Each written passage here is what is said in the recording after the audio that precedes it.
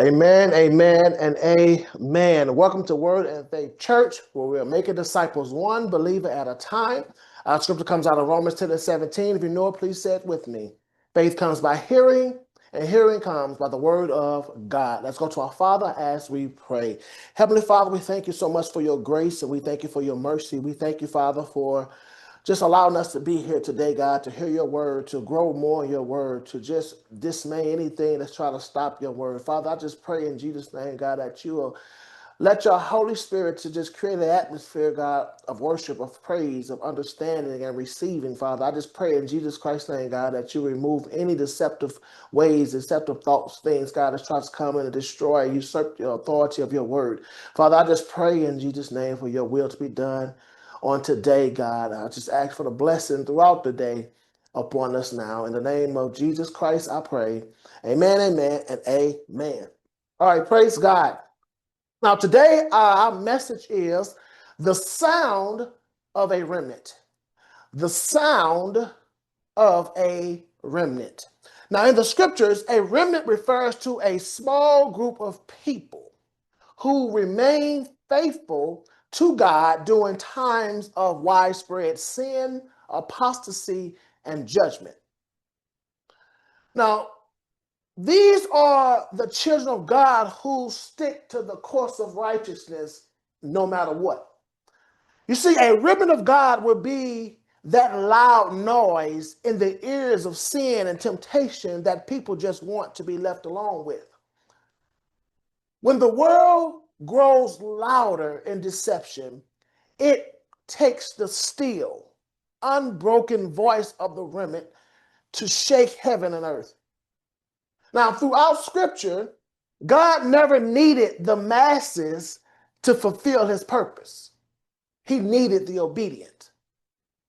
In every generation, there is a divine remnant, preserved, purified, and prepared to proclaim the truth when the crowd caves to compromise. Now, this isn't just a sermon, it's a spiritual announcement. Praise God. Now, as evil parades itself without shame and compromise becomes convenient, heaven is tuning its ear to a different frequency. The sound of those who still believe, who still obey, and who still burn for righteousness. Now, the remnant doesn't echo the world, it disrupts it. It doesn't follow the crowd, it confronts it. It's not driven by applause, but by allegiance to the Lamb of God. A world obsessed with platforms, personalities, and performance, God is looking for purity. You see, he's not seeking celebrities. He's raising up consecrated vessels. While culture bows to the trends and political correctness, God is marking those who refuse to bow, refuse to blend, and refuse to break. So this message is not merely to inform, it's to ignite. It's a prophetic call to take your place among the few who still carry the fire in their bodies and their bones and oil in their lamp.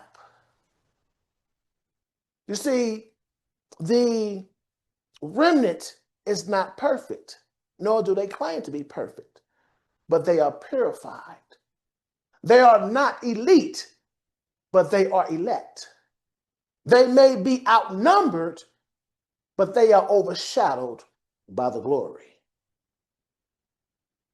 Revelations chapter 14 shows us that this remnant has a sound, a stance, and a song. Then Corinthians, in the book of Romans chapter 11, it reminds us that even when it feels like we are alone, God has preserved for himself those who will not bow. So this message isn't about popularity, it's about prophetic positioning. It's not about being noticed, it's about being known by heaven. So, church, let the sound of a remnant rise. All right, church, let's go to work. Turn with me to the book of Revelations, chapter 14.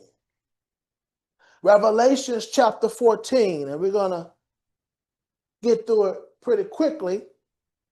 I'm going to read the first 5 verses. So you can just write down Revelation 14, the first 5 verses, and you can go back and look at that.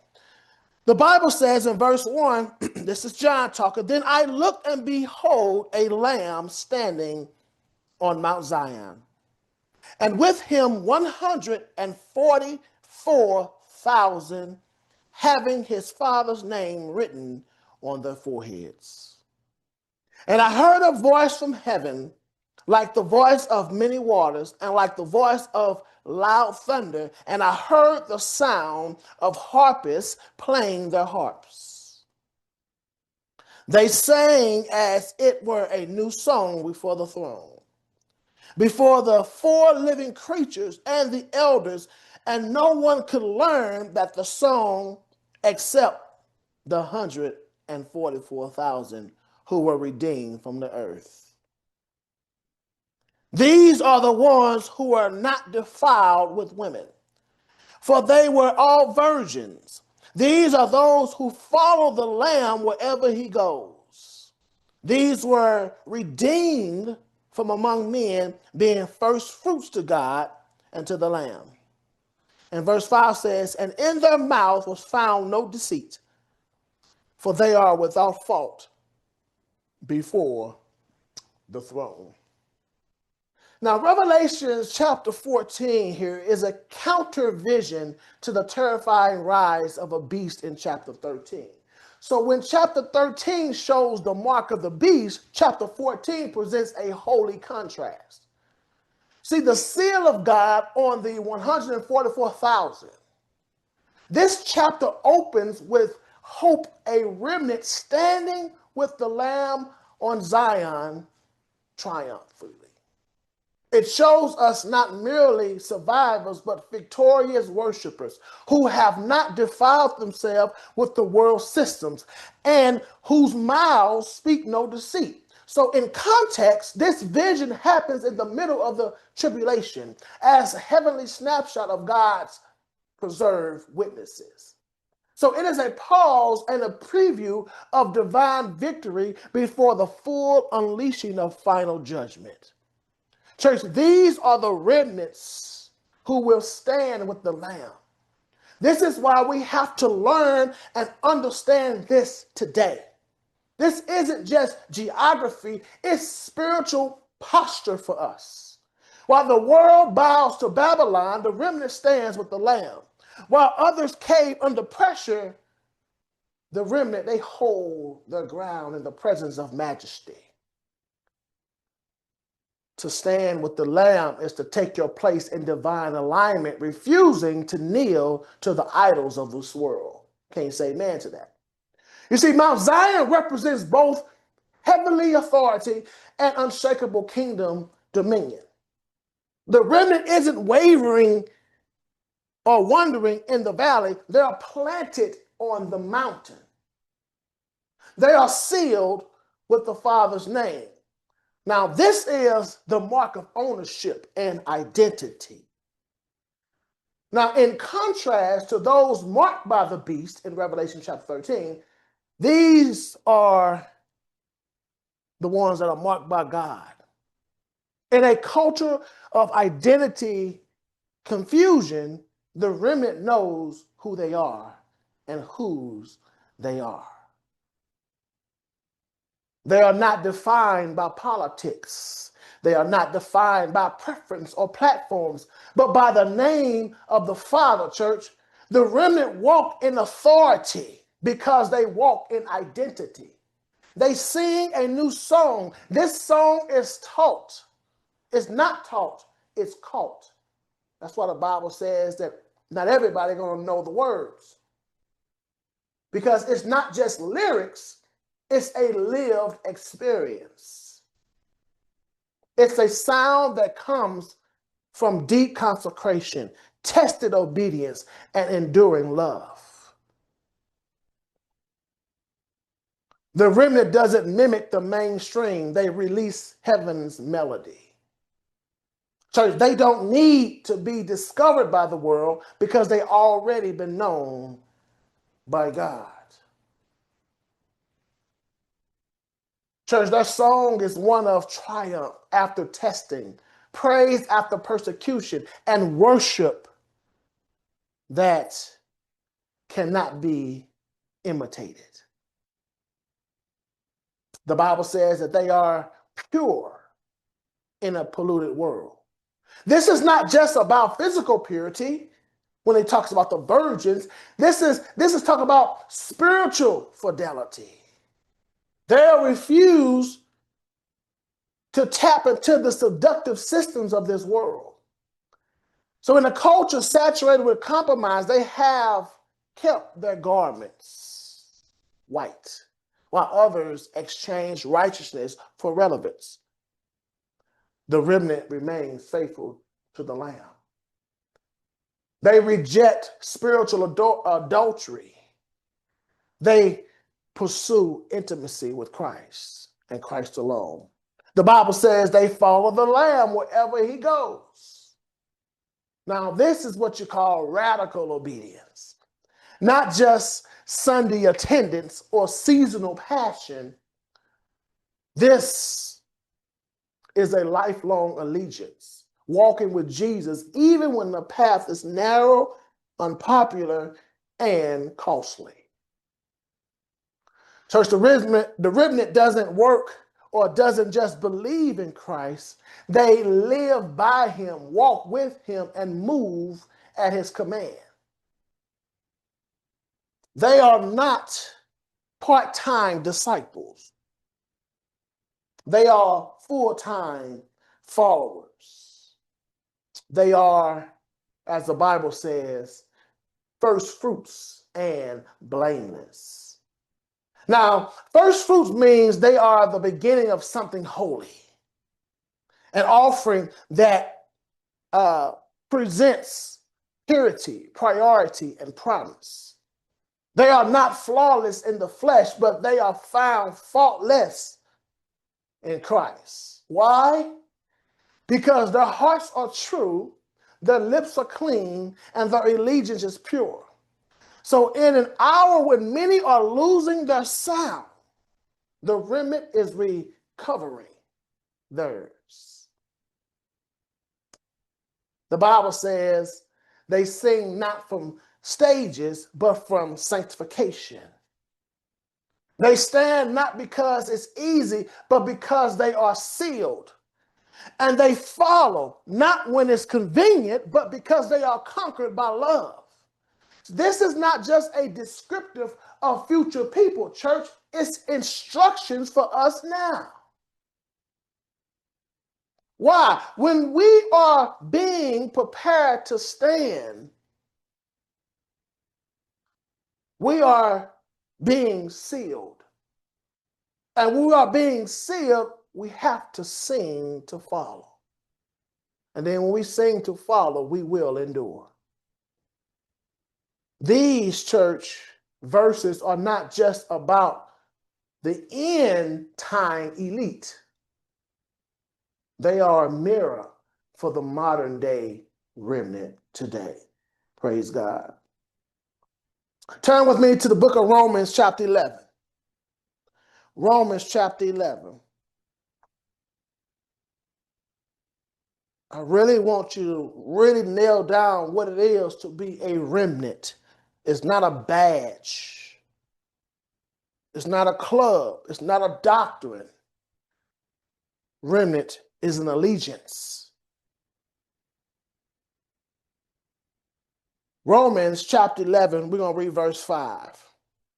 Paul says so eloquently, he says, even so then, at this present time, there is a remnant according to the election of grace. And I'm going to talk briefly about the importance of grace on the other side of the coin. But right now, this single verse is loaded with layers of divine truth, an anchor in seasons of mass falling away, and a reminder that God never, ever loses track of his faithful ones. You see, the idea of the remnant is not a minor biblical theme. It is a thread woven throughout the scripture from Genesis to Revelation. So let's unpack what Apostle Paul is teaching and why it matters prophetically and practically today. Listen, church, the remnant is not an afterthought. It is a theological pattern. What do you mean by that? Paul uses Israel's history to affirm that God always reserves a faithful few. So this is not random or accidental. It's God's consistent pattern. Give me some Bible for that. In Noah's day, it was 8 souls. In Elijah's day, it was 7,000. In Isaiah's prophecy, it was a stump left from a burned tree. Isaiah 61. In Paul's day, it was Jewish believers in Christ. In our day, it is those who walk in truth, even when truth is unpopular. God doesn't just allow remnants, he ordains it. It is his method of maintaining witness, preserving purity, and preparing for a move of glory. Can you say amen to that?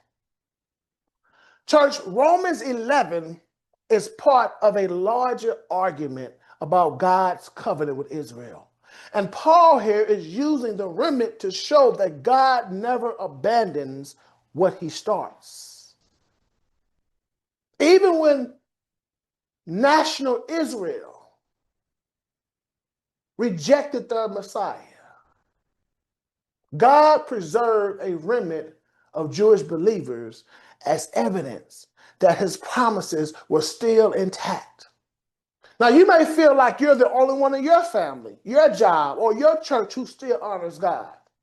But your faithfulness is evidence that God has not forgotten his promises to work all things together for his redemptive purposes.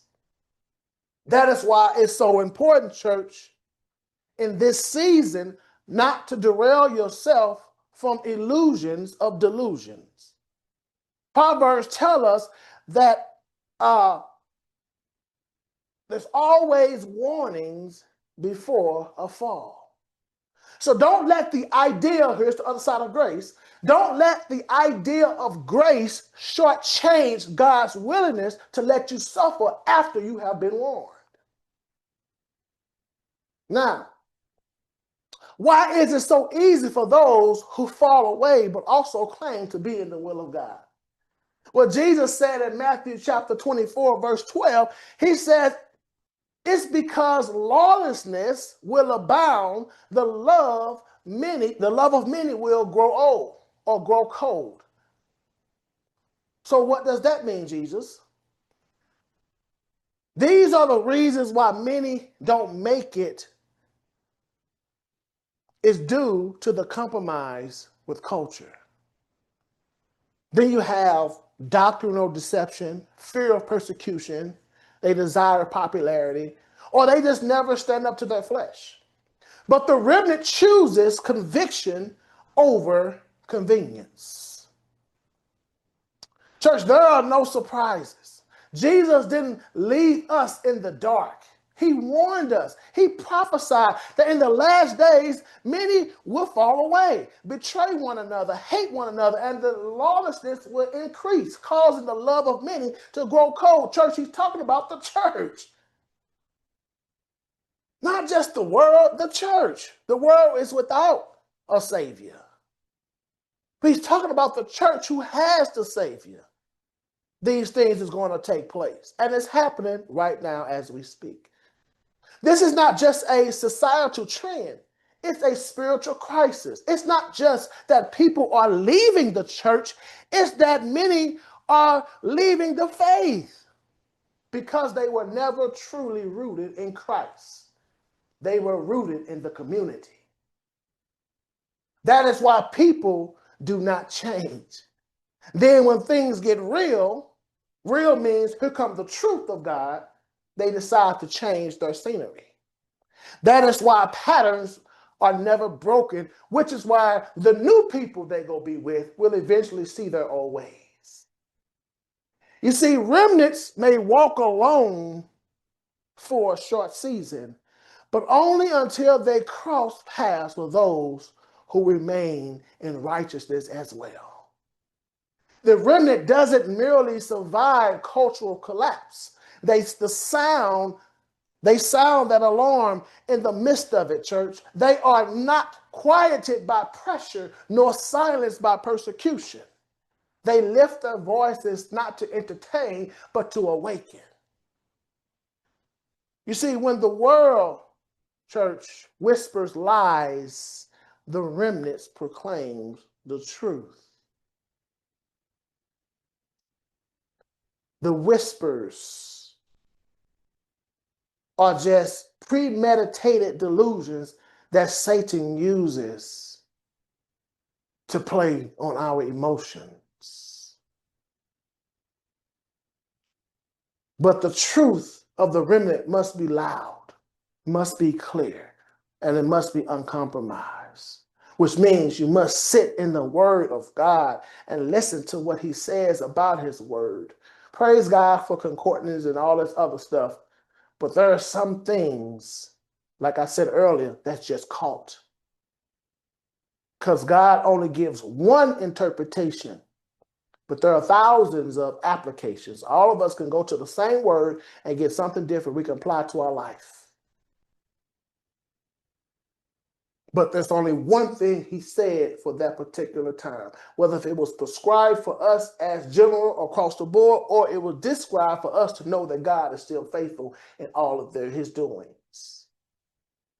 Now understand that the sound of the remnant is not always musical, but it's always missional.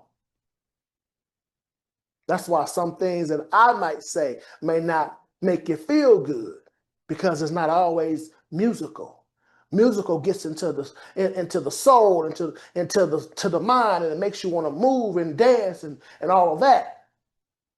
But when the word comes and it cuts you and it shows you who you are, that's the mission of it that people don't like. We got to get past that. It is the cry of repentance in a world drunk on rebellion. They just got to have it. I'm going to do what I'm going to do. It is the voice of righteousness confronting corrupted systems. We got to stand up in these parties, in these societal benevolence that they call charity. It's the roar of the truth in the wilderness of deception, church. The sound that the remnant speaks, it disrupts the atmosphere and breaks demonic cycles. That's why certain people don't like to see you coming. Or people who are doing some things love to see you coming. You may want to check the song that you're singing. You see, it doesn't wait for permission to speak. It is birth in prayer. I'm talking about this song, this sound. It's birthed in the prayer closets. It's refined through persecution, and it's released through yielded vessels. So my question for this church is: your life releasing a sound that heaven recognizes? Because in the final hour, God is not listening for empty noise. That's why in the scriptures he says that your lips are praising and lifting the name, but your hearts are far from me.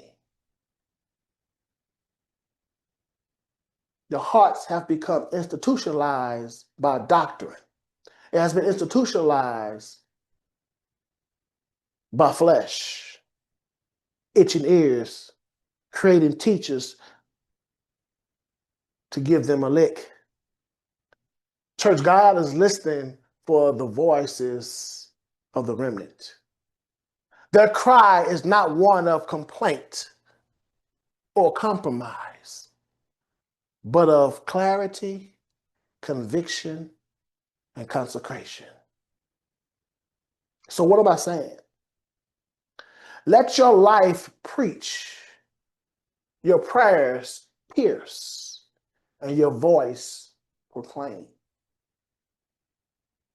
Now, I believe very quietly that God is raising up churches and individuals that won't be fooled or swindled by culture, but will be shaped by a covenant. So my charge for all of us is to stand, declare, finish. Stand when others fall, declare truth when others stay silent, and finish the race even when others quit halfway. So if you're still breathing, you're still believing, and most importantly, you are still obedient, you are part of this remnant. So let the sound of heaven be released through your life. Our greatest moments is not the finish line. Our greatest moments is the journey. Because the journey reminds us how faithful and grateful we should be when we get to the finish line. Our thoughts are preserved through the Holy Scripture. So we don't have regrets. We don't have shame. We don't have the anchors of the past holding on to us to yank us back into something that we're praying and begging God to get us out of in the first place. The true remnant follows without question. Even if you don't understand. The Bible teaches us that those who have an ear, let them hear. We quote the scriptures, but that is an important, integral part of wisdom. Because when we know better, we do better. And when we do better, it's because we know better. However way you want to switch it around, God has given us a warning. God has given us instructions. God has given us the ability, through his grace and through his love, for us to no longer be slaves to sin. Amen. Let us pray. Heavenly Father, we thank you so much for your grace, and we thank you for your mercy. We thank you for this time and opportunity you have given us today to go forth in your word. I pray that you will continue with your deliverance in our minds and our thoughts and our behaviors, and our patterns will be broken. Our thoughts will be seared, and they will be no longer compromising with the scripture, but they will subject themselves and hear what thus says the Lord. God, we love you and we thank you. It's in Christ Jesus' name I pray. Amen, amen, amen. At this time,